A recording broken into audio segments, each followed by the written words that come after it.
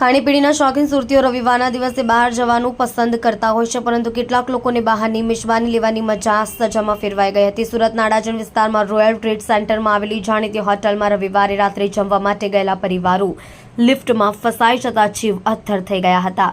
10 લોકોની કેપેસિટીવાળી લિફ્ટમાં 16 લોકો ચડી જતા 25 મિનિટ ફસાઈ ગયા હતા, જે અંગેની ફાયર વિભાગને જાણ કરાતા સ્થળે દોડી જઈ તમામને સુરક્ષિત બહાર કાઢ્યા હતા।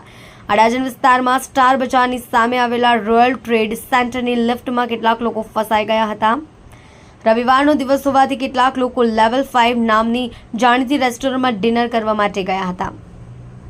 પરિવારના સભ્યો સાથે ડિનર કર્યા બાદ પરત ફરતી વખતે છઠ્ઠા માળેથી ગ્રાઉન્ડ રોડ ઉપર આવી રહ્યા હતા। તે દરમિયાન જ પહેલા માળે લિફ્ટ અટકી જતા લોકો ફસાઈ ગયા હતા। અલગ અલગ પરિવારના લોકો પોતાના નાના બાળકો સાથે ડિનર લેવા માટે હોટલમાં આવ્યા હતા અને લિફ્ટમાં નાના બાળકો સાથે આવેલા લોકો ફસાઈ જતા થોડા સમય માટે તેમનો જીવ તાળવે ચોંટી ગયો હતો।